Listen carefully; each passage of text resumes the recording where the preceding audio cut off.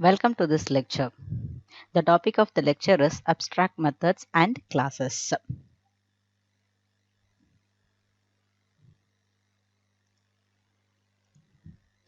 So this is the outline of this video. In this video, we are going to see what is an abstract method and what is an abstract class and the example programs for the same concepts. Abstract methods. A class that contains a particular method but you want the actual implementation of the method to be determined by the child class. You can declare the method in the parent class as an abstract method. That is, ஒரு super கிளாஸ்ல என்கிட்ட ஒரு method இருக்கு. இப்போ இந்த மெத்தடுக்கான corresponding implementation எனக்கு child கிளாஸ்ல வேணும்.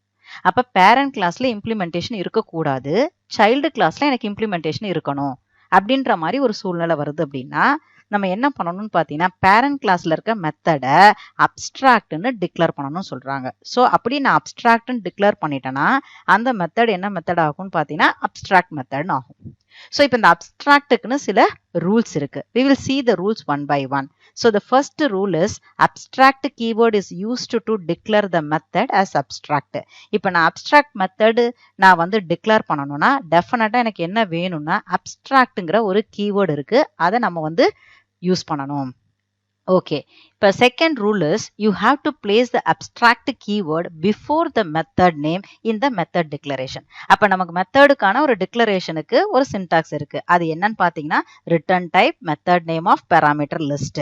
ஸோ இதுதான் நமக்கு மெத்தடுக்கான டிக்ளரேஷன் ஸ்டேட்மெண்ட். அப்ப இந்த டிக்ளரேஷன் ஸ்டேட்மெண்ட்டுக்கு முன்னாடி நம்ம என்ன பண்ணணும்னு பார்த்தீங்கன்னா அப்ஸ்ட்ராக்ட்ங்கிற கீவேர்டு போடணும். This is the second rule. And third rule என்னன்னு பார்த்தீங்க அப்படின்னா an abstract method contain a method signature but no method body. அப்ப abstract method னு சொன்னாலே the method should not have the function body. அப்ப அதுக்குள்ள என்ன மட்டும்தான் இருக்கணும்னு பார்த்தீங்கன்னா ஃபங்க்ஷன் பாடி வரக்கூடாது. அப்ப இன்ஸ்டெட் ஆஃப் கர்லி பிரேசஸ், அப்ப நம்ம கர்லி பிரேசஸ் தான் எதுக்கு யூஸ் பண்ணுவோம்? ஃபங்க்ஷன் பாடிக்கு யூஸ் பண்ணுவோம். அப்ப இங்க கர்லி பிரேசஸ் வரக்கூடாது, ஏன்னா மெத்தட் பாடி இருக்கக்கூடாது. அப்ப அப்ஸ்ட்ராக்ட் மெத்தடோட டிக்ளரேஷனோட கடைசியில நமக்கு என்ன வரணும்னு பார்த்தீங்கன்னா செமிகோலன் அட் த எண்ட் வரணும். So this is the syntax of abstract method. Abstract type method name of parameter list semicolon. So type is the return type, method name is the name of the method, the parameter list is the appropriate parameters for this method, and before this declaration definitely we have to give the abstract keyword, and end of this statement we have to use semicolon instead of curly brace. So this is the rule. Next, while declaring a method as abstract has two consequences. இதனால ரெண்டு சில consequences நமக்கு இருக்கு, அதை நம்ம என்னன்னு பார்க்கலாம். The first consequence is the class containing it must be declared as abstract. இப்போ ஒரு கிளாஸுக்குள்ள நான் ஒரு abstract method எழுதிட்டேன். அப்ப அந்த abstract method ஒரு கிளாஸ்ல ஒன்னு இருந்தாலே அந்த கிளாஸை நான் என்னன்னு கொடுக்கணும்னு பார்த்தீங்க அப்படின்னா abstractன்னு கொடுக்கணும். Any class inheriting the abstract class must either override the abstract method or declare itself as abstract.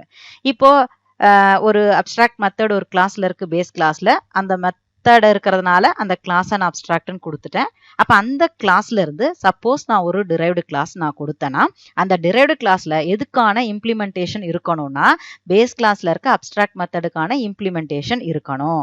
அப்ப இந்த சப் கிளாஸ் எதை ஓவர் ரைட் பண்ணணும்னு சொல்றாங்கன்னு பார்த்தீங்கன்னா சூப்பர் கிளாஸ்ல இருக்க மெத்தடை கம்பல்சரியா ஓவர் ரைட் பண்ணி எழுதணும். அப்படி எழுதாத பட்சத்துல அதே சேம் மெத்தடை இந்த சப் கிளாஸ்லயும் நம்ம என்னன்னு டிக்ளேர் பண்ணிடலாம்னு பார்த்தீங்கன்னா அப்ஸ்ட்ராக்ட்னு டிக்ளேர் பண்ணிடலாம். So this is the concept. இந்த ரெண்டுத்தையும் நம்ம மறக்காம வச்சுக்கணும். அப்ஸ்ட்ராக்ட் எடுக்கும்போது கவனமா பார்க்கணும். அப்ஸ்ட்ராக்ட்ங்கிற கீவேர்டு இருக்கான்னு பார்த்துக்கணும். அப்ஸ்ட்ராக்ட் எழுதி ஒரு மெத்தட் நம்ம கொடுத்துட்டாலே இந்த கிளாஸ் டிஃபால்ட்டா அப்ஸ்ட்ராக்ட்னு இருக்கணும். அந்த அப்ஸ்ட்ராக்ட் கிளாஸ் இருக்கிற கிளாஸ்ல இருக்க மெத்தடை இன்ஹெரிட் பண்ற கிளாஸ் கண்டிப்பா ஓவர் ரைட் பண்ணி எழுதணும். அப்படி ஓவர் ரைட் பண்ணலனாலும் அதை கண்டிப்பா திருப்பி அப்ஸ்ட்ராக்ட்னு டிக்ளரேஷனாவது கொடுக்கணும். அப்ப இதுல ரொம்ப important note here is the descendant class has to implement the abstract method. Next we will move on to the abstract classes. இப்போ class already நான் சொல்லியாச்சு. If a method in a class is abstract, definitely we have to declare the class as a abstract. To declare the class as abstract, we have to use abstract keyword in front of the class keyword. Normally நம்ம class declaration பண்ணுவோம். அப்ப class declaration என்ன கொடுப்போம்? class name, opening curly brace, closing curly braceல போட்டு அதுக்குள்ள instance variable methods எல்லாத்தையும் நம்ம எழுதுவோம். So this is the general syntax, we know that. அப்ப before this keyword class நம்ம என்ன கொடுக்கணும்னு பார்த்தீங்கன்னா abstractங்கிற keyword கொடுக்கணும். ஸோ அப்போ ஒரு மெத்தடுக்கு முன்னாடி டிக்ளரேஷனுக்கு முன்னாடி அப்ஸ்ட்ராக்ட் இருந்தால் அந்த மெத்தட் அப்ஸ்ட்ராக்ட் மெத்தட் சொல்கிறோம். அப்போ ஒரு கிளாஸ் டிக்ளரேஷனுக்கு முன்னாடி அப்ஸ்ட்ராக்ட் கீவேர்டை நம்ம வந்து ஸ்டார்ட் பண்ணியிருந்தோம்னா அதை என்ன கொடுக்குறோம்னு பார்த்தீங்கன்னா அப்ஸ்ட்ராக்ட் கிளாஸ்ன்னு சொல்கிறோம். அப்போ அப்ஸ்ட்ராக்ட் கிளாஸுக்கு என்ன பண்ண முடியாது? there can be no object for an abstract class. That is, an abstract class cannot be directly instantiated with the new operator because an abstract class is not fully defined. அப்போ என் கையில் ஒரு abstract class இருக்கு madam அப்படின்னா அந்த abstract கிளாஸுக்கு ஆப்ஜெக்டே create பண்ண முடியாது. This is the most important thing we have to remember. Abstract கிளாஸ்க்கு ஆப்ஜெக்ட் கிரியேட் பண்ண முடியாது because the abstract class is incomplete class. அப்போ இன்கம்ப்ளீட் கிளாஸுக்கு நம்ம என்ன பண்ண முடியாதுன்னு பார்த்தீங்கன்னா ஆப்ஜெக்ட் கிரியேட் பண்ண முடியாது. So next there are some important notes we have to make about this abstract classes. Abstract class cannot declare abstract constructor. ஒரு கிளாஸுக்குள்ள நம்ம அப்ஸ்ட்ராக்ட்னு கொடுத்துருந்தோம்னா அதுக்குள்ள அப்ஸ்ட்ராக்ட் கன்ஸ்ட்ரக்டர்னு ஒன்று கொடுக்கக்கூடாது. we should not declare and constructor as abstract. அதே மாதிரி அப்ஸ்ட்ராக்டும் ஸ்டாட்டிக்கும் சேர்ந்து ஒரு மெத்தட்ல கொடுக்கக்கூடாது. இப்போ ஒரு மெத்தட் வந்து ஸ்டாட்டிக்கா இருந்தா அது அப்ஸ்ட்ராக்டா இருக்கக்கூடாது. ஒரு மெத்தட் வந்து அப்ஸ்ட்ராக்டா இருந்தா ஸ்டாட்டிக்கா இருக்கக்கூடாது. அப்போ நான் சப்போஸ் என் மெத்தட் எழுதுறேன் அப்ஸ்ட்ராக்ட் ஸ்டாட்டிக் ரெண்டு கீவோடும் சேர்த்து எழுதுறேன் அப்படின்னா அது மாதிரி செய்யக்கூடாது. இது வந்து த இம்பார்ட்டன்ட் திங். அடுத்தது வந்து ரெண்டாவது முக்கியமான திங் என்னன்னு பார்த்தீங்கன்னா இந்த sub class of an abstract class கண்டிப்பா என்ன பண்ணணும்னு பார்த்தீங்கன்னா சூப்பர் கிளாஸ்ல இருக்கக்கூடிய அப்ஸ்ட்ராக்ட் மெத்தடை கண்டிப்பா இம்ப்ளிமெண்டேஷன் பண்ணணும். சப்போஸ் இம்ப்ளிமெண்டேஷன் பண்ணலனா கூட அதை அதே மாதிரி எடுத்து நமக்கு என்ன பண்ணணும்னு பார்த்தீங்க அப்படின்னா சப் கிளாஸ்ல டிக்ளரேஷன் பண்ணணும். ஸோ இதுதான் ரொம்ப முக்கியம். அண்ட் மூணாவது பாயிண்ட் நமக்கு வந்து என்னன்னு பார்த்தீங்கன்னா அப்ஸ்ட்ராக்ட் கிளாஸுக்கு நம்ம என்ன கிரியேட் பண்ணக்கூடாதுன்னா ஆப்ஜெக்ட் கிரியேட் பண்ணக்கூடாது, கிரியேட் பண்ணவும் முடியாது. பிகாஸ் ஆப்ஜெக்ட் கிரியேட் பண்ணணும்னா the class should be complete. Complete in the sense நமக்கு மெத்தடுக்கு எல்லாம் டெஃபினிஷன்ஸ் கொடுத்துருக்கணும். அப்ஸ்ட்ராக்ட்னாலே என்ன சொல்றோம்? there is no definition for the method, so it is not possible to create an object for the abstract class. That's all. Next, we will move on to the first exercise. Look at this slide. In this slide, I have given one class A. So this is the first class I have given. Before this class declaration, look at this statement abstract. So அப்போ class என்னன்னு கொடுத்துருக்கேன் அப்ஸ்ட்ராக்ட்னு கொடுத்துருக்கேன். அப்போ இந்த class வந்து abstract கிளாஸ்ன்னு ஆயிடுச்சு. அப்போ இதுக்கு முன்னாடி நம்ம இந்த கீவேர்டு பார்த்துருக்க மாட்டோம். இப்போ இந்த இடத்துல அப்ஸ்ட்ராக்ட்ங்கிற கீவேர்டு போட்டாச்சு. அப்போ இந்த கிளாஸ் என்ன கிளாஸாக இருக்குது? அப்ஸ்ட்ராக்ட் கிளாஸ்ன்னு இருக்கு. ஓகே, இப்போ இதுக்குள்ளே இருக்க ஃபர்ஸ்ட் ஸ்டேட்மெண்ட்டை கொஞ்சம் பாருங்களேன். வாய்டுன்னு கொடுத்துருக்கேன், கால் மீன் கொடுத்துருக்கேன். ஸோ பிஃபோர் தட் என்ன கொடுத்துருக்கேன்னு பார்த்தீங்கன்னா அப்ஸ்ட்ராக்ட்ங்கிற கீவேர்ட் கொடுத்துருக்கேன். அப்போ வாய்டுங்கிறது என்ன சொல்லுது? The method does not return any வேல்யூன்னு சொல்லுது. கால் மீங்கிறது name of the method and பெராமீட்டருக்குள்ள எதுவுமே கொடுக்கல. That is this method does not receive any argument. And before என்ன கொடுத்துருக்கோம்னு பார்த்தீங்கன்னா அப்ஸ்ட்ராக்ட்னு கொடுத்துருக்கோம். அப்போ அப்ஸ்ட்ராக்ட்னு கொடுத்ததுனால இந்த மெத்தட் என்ன மெத்தட் ஆயிடுச்சுன்னு பார்த்தீங்கன்னா அப்ஸ்ட்ராக்ட்னு ஆயிடுச்சு. அப்போ இது அப்ஸ்ட்ராக்ட் மெத்தட். இந்த கிளாஸ் என்ன கிளாஸ்ன்னு பார்த்தீங்க அப்படின்னா அப்ஸ்ட்ராக்ட் கிளாஸ். அண்ட் இதே கிளாஸுக்குள்ள இன்னொரு மெத்தட் எழுதியிருக்கேன். Look at this method and செமிகோலனை மறக்காம போடணும். ஏன்னா இது என்ன மெத்தட்? அப்ஸ்ட்ராக்ட்ங்கிற மெத்தடுக்கான corresponding declaration. The abstract declaration கண்டிப்பா எதுல முடியணும்? செமிகோலன்ல முடியும். So look at the next method call me to அப்படின்னு நான் கொடுத்துருக்கேன். இதுக்கு என்ன ரிட்டர்ன் டைப் கொடுத்துருக்கோன்னு பார்த்தீங்கன்னா வாய்டு கொடுத்துருக்கேன், which mean the method does not return value. Call me டூங்கிற மெத்தடுக்கு எந்த பெராமீட்டரும் இல்லை. ஓப்பனிங் கர்லி பிரேஸ் போட்டிருக்கோம், க்ளோசிங் கர்லி பிரேஸ் போட்டிருக்கோம். Inside that I have given one statement system.out.println. this is the concrete method கொடுத்துருக்கேன். அப்ப ரெண்டு மெத்தட் எழுதியிருக்கேன். ஒரு மெத்தடுக்கு இம்ப்ளிமெண்டேஷன் இருக்கு, டெஃபனிஷன் இருக்கு, ஸோ ஃபங்க்ஷன் பாடி இருக்கு. ஆனா இதுக்கு என்ன கிடையாதுன்னு பாத்தீங்க அப்படின்னா இந்த இடத்துல நமக்கு என்ன கிடையாது? மெத்தடு டிஃபைன் பண்ணல. அப்ப மெத்தட் டிஃபைன் பண்ணாதான் நான் அப்ஸ்ட்ராக்ட்னு கொடுத்துருக்கேன். மெத்தடு டிஃபைன் பண்ணிருக்கிறதுக்கு opening curly brace closing curly brace போட்டிருக்கேன். அவ்வளவுதான்.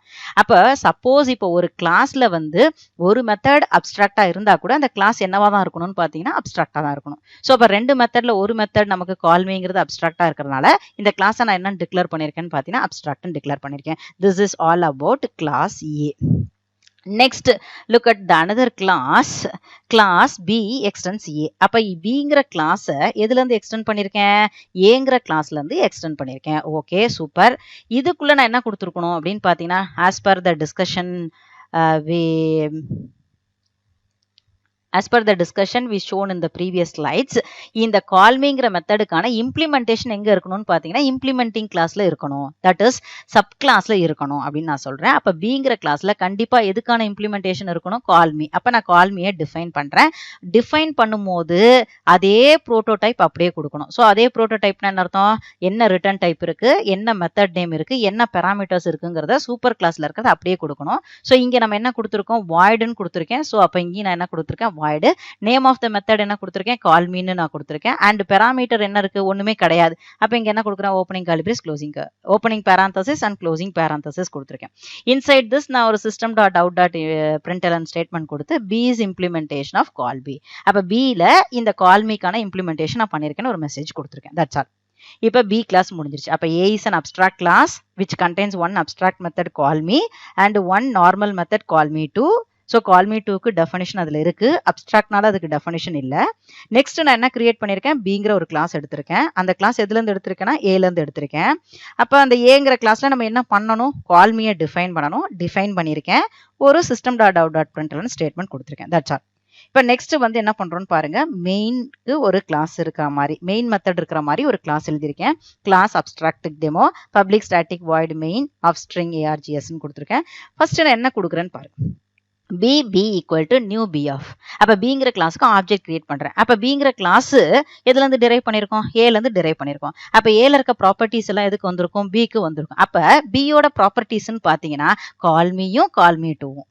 That's all. call meயும் call me toவும். அப்ப நம்ம என்னதை கால் பண்ண முடியும் அப்படின்னு பாத்தீங்கன்னா with the help of b's object I can able to call me as well as call me to. இப்போ நான் என்ன கொடுக்குறேன்னு பாருங்க. b dot call me of அப்படின்னு கொடுக்குறேன். அப்போ b டாட் கால் மீ ஆஃப்னு சொல்லும்போது எனக்கு எது கால் ஆகுதுன்னு பார்த்தீங்கன்னா இந்த ஃபங்க்ஷன் கால் ஆகுது. இந்த ஃபங்க்ஷன் கால் பண்ணும்போது எனக்கு என்ன வருது? பீஸ் இம்ப்ளிமெண்டேஷன் ஆஃப் கால் மீன் வருது.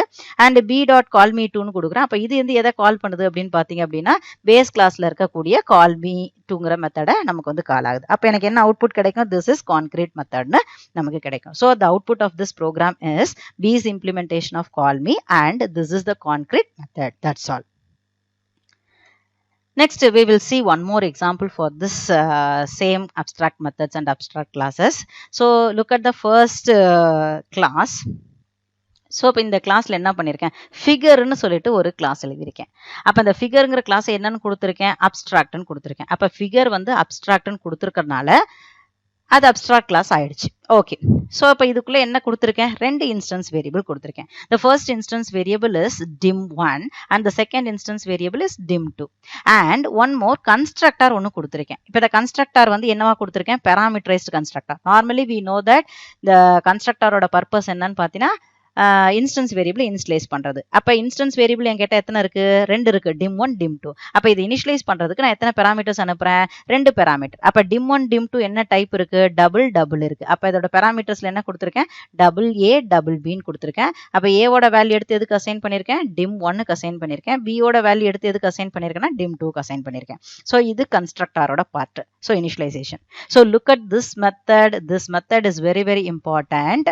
ஸோ இப்போ ஏரியான்னு கொடுத்துருக்கேன். இந்த ஏரியா வந்து என்ன ரிட்டர்ன் பண்ணுது? டபுள் டைப் கொடுத்துருக்கு and there is no parameter. So before that நான் என்ன கொடுத்துருக்கேன்னு பார்த்தீங்கன்னா அப்ஸ்ட்ராக்ட்னு கொடுத்துருக்கேன். அப்போ இது வந்து அப்ஸ்ட்ராக்ட் மெத்தட். ஸோ அப்போ செமிகோலன் கண்டிப்பாக at the end of the method டிக்ளரேஷன்ல போடணும். அப்போ ஒரு மெத்தட் அப்ஸ்ட்ராக்டா இருக்கு. இந்த கிளாஸும் எனக்கு என்னவா இருக்குன்னு பார்த்தீங்கன்னா அப்ஸ்ட்ராக்டா இருக்கு. That's all about this class figure. This is the base class. Since ஏதோ எக்ஸ்டென்ஸுங்கிற கீவேர்டு இல்லாதனால டெஃபினட்டா இது என்னவா இருக்கும்னு பார்த்தீங்கன்னா ஒரு இண்டிபெண்டன்ட் கிளாஸா இப்போதைக்கு இருக்கு. இதை வந்து நம்ம பேஸ் கிளாஸை யூஸ் பண்ணிக்கலாம். ஓகே. இப்போ நெக்ஸ்ட் வந்து என்ன கொடுக்குறேன்னு பாருங்க. Class rectangle extends figure. இப்போ நான் ஃபிகருங்கிற கிளாஸ்ல இருந்து ரெக்டாங்கிள் கிளாஸை எக்ஸ்டெண்ட் பண்ணியிருக்கேன். அப்போ இந்த இன்ஸ்டன்ஸ் இந்த ரெக்டாங்கிள் கிளாஸ்ல என்ன கொடுத்துருக்கேன்? ஒரு கன்ஸ்ட்ரக்டார் கொடுத்துருக்கேன். அப்ப இந்த கன்ஸ்ட்ரக்டார் எதுக்கு யூஸ் பண்றது? Initialising the members. அப்ப இந்த ஏவியும் பியும் இனிஷியலைஸ் பண்ணணும். ஏவியும் பியும் வச்சு இன்ஸ்டன்ஸ் வேரியபிள் எடுக்கணும். இப்ப இந்த இன்ஸ்டன்ஸ் வேரியபிள் இந்த ரெக்டாங்கிள் கிளாஸ்ல எக்ஸ்பிளிசிட்டா கிடையாது. ஆனா ஃபிகர்ல இருந்து வந்திருக்க dim1 dim2 எதுல இருக்குன்னு பார்த்தீங்கன்னா ரெக்டாங்கிள்ல இருக்கு. ஆனா இந்த ரெக்டாங்கிள் கிளாஸுக்குள்ள இந்த ஃபிகருங்கிற கிளாஸுக்குள்ளேயே நம்ம அந்த dim1 dim2 இனிஷியலைஸ் பண்றதுக்கான கன்ஸ்ட்ரக்டார் எழுதியிருக்கோம். அப்ப நம்ம என்ன பண்ணணும்னு பார்த்தீங்கன்னா சப் கிளாஸோட கன்ஸ்ட்ரக்டார்ல இருந்து பேஸ் கிளாஸ் கன்ஸ்ட்ரக்டாரை கால் பண்ணணும் in order to initialize dim1 and dim2. So for calling the base class constructor from the subclass நம்ம என்ன கொடுக்கணும்னு பார்த்தீங்கன்னா சூப்பர் ஆஃப் அப்படின்னு கால் பண்ணணும். ஸோ இந்த சூப்பர் ஆஃப்ங்கிற ஸ்டேட்மெண்ட்டை சூப்பர் ஆஃப்ங்கிற இந்த ஸ்டேட்மெண்ட்டை எங்க தான் கொடுக்கணும்னு பார்த்தீங்க அப்படின்னா சப்கிளாஸோட கன்ஸ்ட்ரக்டார்ல ஃபர்ஸ்ட் ஸ்டேட்மெண்ட்டா கால் கொடுக்கணும். அப்ப ஃபர்ஸ்ட் ஸ்டேட்மெண்ட்டா கொடுத்தா எடுத்தோடனே எனக்கு என்ன கால் ஆகும் சூப்பர் ஆஃப் ஏ கமா பியோட வேல்யூ இந்த ஏக்கும் இந்த ஏக்கும் சப்ஸ்டியூட் ஆகும். அப்ப இந்த ஏவோட வேல்யூ dim1க்கும் இந்த பியோட வேல்யூ dim2க்கும் அசைன் ஆயிரும். அவ்வளவுதான். ஸோ இந்த சூப்பர் ஆஃப்ங்கிற ஸ்டேட்மெண்ட் ரொம்ப ரொம்ப முக்கியம். Super of A comma B invokes the base class constructor. நமக்கு தெரியும் கன்ஸ்ட்ரக்டரை எக்ஸ்பிளிசிட்டா கால் பண்ணக்கூடாது. ஆப்ஜெக்ட் கிரியேட் பண்ணும்போது நமக்கு கால் ஆகும். சப்போஸ் பேஸ் கிளாஸ்லயும் ஒரு கன்ஸ்ட்ரக்டர் இருக்கு, சப் கிளாஸ்லயும் ஒரு கன்ஸ்ட்ரக்டர் இருக்குன்னா அந்த ஆர்டர் ஆஃப் இன்வோகேஷன் வந்து எப்படி இருக்கணும்னா பேஸோடது ஃபர்ஸ்ட் கால் ஆகணும், அடுத்தது சப் கிளாஸோட கன்ஸ்ட்ரக்டர் கால் ஆகணும். அப்ப பேஸோடது ஃபர்ஸ்ட் கால் ஆகணுங்கிறதுனால நான் என்ன பண்ணிருக்கேன்னு பாத்தீங்கன்னா இந்த super of A comma b அப்படிங்கிற ஸ்டேட்மெண்ட்டை first statement always sub class கன்ஸ்ட்ரக்டர்ல கொடுத்து. நெக்ஸ்ட் இங்க ஒரு அப்ஸ்ட்ராக்ட் மெத்தட் இருக்கு இல்லையா, இந்த அப்ஸ்ட்ராக்ட் மெத்தடுக்கான ஓவர் ரைட் பண்ணி எழுதணும். ஸோ இப்போ இங்க ஓவர் ரைட் பண்ணி எழுதுறேன் டபுள் ஏரியா ஆஃப் அப்படின்னு கொடுக்குறேன். அப்ப இதுல வந்து ஏரியா ஆஃப்னு போட்டு ஓப்பனிங் பேராந்தசிஸ் கொடுத்துருக்கு, க்ளோசிங் பேராந்தசிஸ் கொடுத்துருக்கு. அப்ப ஏரியா ஆஃப் ரெக்டாங்கிள் என்ன டைமென்ஷன் 1 இன்ட்டு டைமென்ஷன் 2 மல்டிப்ளை பண்றேன். அவ்வளவுதான். அப்ப இங்க உள்ள ஒரே ஒரு ஸ்டேட்மெண்ட் கொடுத்துருக்கோம் system dot out dot பிரிண்டலன் inside area for rectangle dim1 dim2 multiply பண்ணி ரிட்டர்ன் பண்ணிடுறேன். அவ்வளவுதான். அப்ப dim1 already double, dim2 already double, ரெண்டு டபுள் நம்பரை மல்டிப்ளை பண்ணும்போது நமக்கு டபுள் கிடைக்கும். So the return type is double அப்படின்னு நம்ம கொடுக்குறோம். ஸோ ரிட்டர்ன் பண்றோம். அப்ப இந்த rectangle function area of a rectangle கண்டுபிடிக்குது. Okay, next I have introduced one more class triangle. எதுல இருந்து எக்ஸ்டெண்ட் பண்றேன் ஃபிகர்ல இருந்து. அப்ப இந்த கிளாஸோட பர்பஸ் என்னன்னு பாத்தீங்கன்னா ட்ரையாங்கிளோட ஏரியா கண்டுபிடிக்கிறதுக்கு. ரைட்டா? அப்ப அந்த ட்ரையாங்கிளுக்கு ஒரு கன்ஸ்ட்ரக்டர் இன்ட்ரோடியூஸ் பண்றேன். அதுலயும் நமக்கு என்ன கொடுக்குறோம்னு பாத்தீங்கன்னா double A comma double B கொடுக்குறேன். சின்ஸ் இதுவும் ஃபிகர்ல இருந்து டிரைவ் பண்றதுனால ஆல்ரெடி இதுக்கான ட்ரையாங்கிளுக்கு தேவையான டைமென்ஷன்ஸுக்கான இனிஷியலைசேஷன் பேஸ்ல இருக்கு. அப்ப பேஸ் கிளாஸோட கன்ஸ்ட்ரக்டர் வச்சு நம்ம இனிஷியலைஸ் பண்ணிக்கலாம். அதனால நம்ம என்ன கால் பண்ணணும்னு பாத்தீங்க அப்படின்னா சப் கிளாஸ்ல இருந்து பேஸ் கிளாஸோட கன்ஸ்ட்ரக்டரை கால் பண்ணணும். அதுக்கு சூப்பர் ஆஃப் ஏ கமா பின்னு கொடுத்துட்றேன். அப்ப இங்க இருக்க ஏபி வந்து சூப்பர் கிளாஸோட ஏபிக்கு சப்ஸ்டியூட் ஆகுது, ஏவோட வேல்யூ dim1க்கு சப்ஸ்டியூட் ஆகுது, பியோட வேல்யூ dim2க்கு சப்ஸ்டியூட் ஆகுது. That's all. அப்ப டைமென்ஷன்ஸ் இனிஷியலைஸ் ஆயிடுது. அண்ட் இதுலயும் என்ன கொடுத்துருக்கேன்னு பாத்தீங்கன்னா இந்த ஏரியாங்கிற மெத்தடை ஓவர் ரைட் பண்ணி எழுதுறேன். ஏன்னா இதுவும் வந்து எதோட சப் கிளாஸ்ன்னு பாத்தீங்க அப்படின்னா ஃபிகர்ல இருந்து தான் இந்த ட்ரையாங்கிளை வந்து நம்ம எடுத்திருக்கோம். அதனால இந்த ஏரியாங்கிற மெத்தடை இங்கேயும் ஓவர் ரைட் பண்ணி எழுதணும். That is the rule. ஏன்னா அப்ஸ்ட்ராக்ட் மெத்தடை வந்து கண்டிப்பா சப் கிளாஸ்ல இம்ப்ளிமெண்டேஷன் பண்ணணும். ஸோ இதுல என்ன கொடுக்குறோம்னு பாத்தீங்கன்னா ஏரியா ஆஃப் ட்ரையாங்கிள் கொடுக்குறோம்.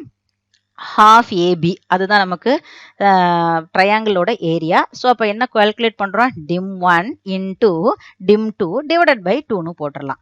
ஸோ அப்போ பிஃபோர் தட் எனக்கு ஒரே ஒரு மெசேஜ் வர மாதிரி பண்ணியிருக்கேன் இன்சைட் ஏரியா ஃபார் ட்ரையாங்கிள்னு கொடுத்துருக்கேன். அப்போ dim1 into dim2 divided by 2 பண்ணிட்டு அந்த வேல்யூ என்ன பண்ணிக்கிறோம்னு பார்த்தீங்கன்னா ரிட்டர்ன் பண்ணுறோம். Obviously we know that dim1 is double, dim2 is double. Multiply பண்ணி டிவைடட் பை 2 பண்ணும்போது டெஃபினட்டாக நமக்கு வந்து என்ன கிடைக்கும்னு பார்த்தீங்கன்னா டபுள் கிடைக்கும். அதனால ரிட்டர்ன் டைப் என்ன கொடுத்துருக்கோம்னு பார்த்தீங்கன்னா டபுள் கிடைக்கும். இந்த டபுள் வந்து பேஸோடதோட மேட்ச் பண்ணி பார்த்துக்கணும். பேஸ்ல என்ன டைப் நம்ம கொடுத்துருக்கோம் டபுள் டைப் கொடுத்துருக்கோம். அதே டைப் வச்சு தான் நம்ம என்ன பண்ணணும்னு பார்த்தீங்கன்னா டிரைவ்டு கிளாஸ்ல ஓவர் ரைட் பண்ணி எழுதணும். That's all. இப்போ ட்ரையாங்கிள் கிளாஸ்ல ஏரியா ஆஃப் எ ட்ரையாங்கிள் கண்டுபிடிச்சிருக்கோம். ரெக்டாங்கிள் கிளாஸ்ல ஏரியா ஆஃப் அ ரெக்டாங்கிள் கண்டுபிடிச்சிருக்கோம். ஆனா ஃபிகருங்கிறது என்ன ஜென்ரலா ஃபார் எனி ஃபிகர்ஸ் எனக்கு ஏரியா கண்டுபிடிக்கணும்னு நினைக்கிறேன். அப்ப எனக்கு என்ன வேண்டாம் ஏரியாங்கிற கிளாஸுக்கான இம்ப்ளிமெண்டேஷன் எதுக்கு தேவையில்லை ஜென்ரல் ஃபிகருக்கு தேவையில்லை. எதுக்கு கொடுக்கணும்னு பார்த்தீங்கன்னா ட்ரையாங்கிளுக்கு ஏரியா இருக்கு, ரெக்டாங்கிளுக்கு ஏரியா இருக்கு. அப்ப இதுக்கான இம்ப்ளிமெண்டேஷன் நீங்க கொடுக்கறது வேஸ்ட்.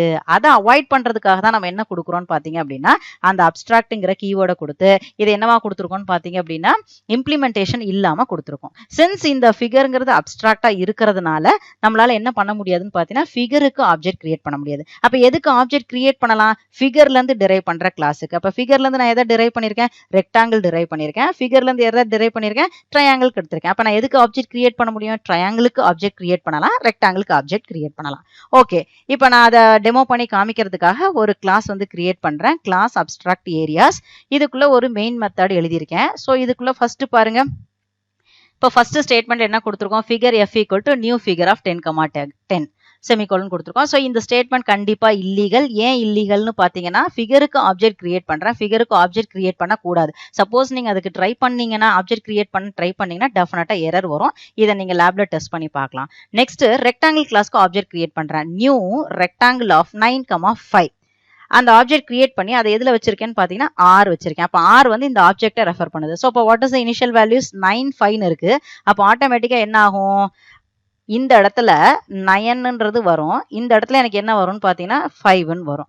அப்போ 9 வந்து எதுக்கு சப்ஸ்டியூட் ஆகும்னு பார்த்தீங்கன்னா 9 வந்து இங்கே சப்ஸ்டியூட் ஆகும், இந்த இடத்துல வந்து எனக்கு என்ன சப்ஸ்டியூட் ஆகும்னு பார்த்தீங்கன்னா 5 சப்ஸ்டியூட் ஆகும்.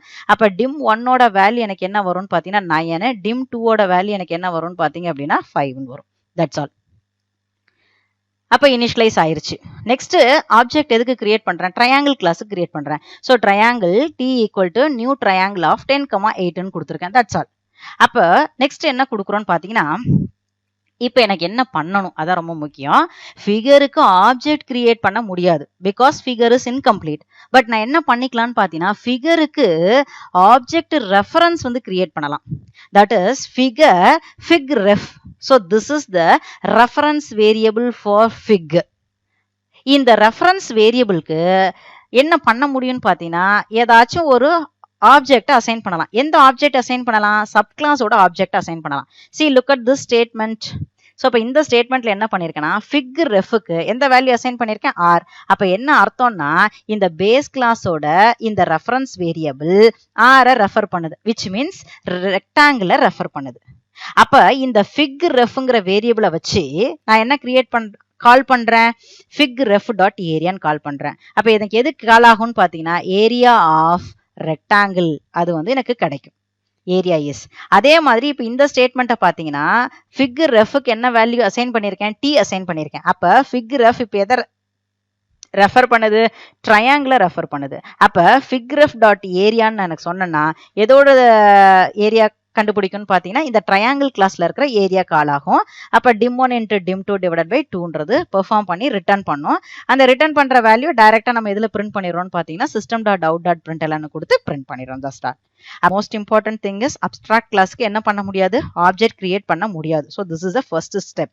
அண்ட் செகண்ட் ஸ்டெப் என்ன சொல்றோம்னு பார்த்தீங்கன்னா, அப்ஸ்ட்ராக்ட் கிளாஸுக்கு ரெஃபரன்ஸ் வேரியபிள் கிரியேட் பண்ணலாம். ஸோ இந்த ரெஃபரன்ஸ் வேரியபிள் எதை ரெஃபர் பண்ண முடியும்னு பார்த்தீங்கன்னா, இந்த பேஸ் கிளாஸ்ல இருந்து டிரைவ் பண்ண கிளாஸஸோட ஆப்ஜெக்ட்ஸை ரெஃபர் பண்ண முடியும். அப்ப இந்த பேஸ் கிளாஸ் வந்து எந்த ஆப்ஜெக்டை ரெஃபர் பண்ணுதோ அந்த கிளாஸ்ல இருக்க ஏரியா ஃபங்க்ஷன் அப்ராப்ரியேட்டா கால் ஆகும். ஸோ இந்த ஃபர்ஸ்ட் சினாரியோவில் பேஸ் கிளாஸோட ரெஃபரன்ஸ் வந்து ஆரை பாயிண்ட் பண்ணுது.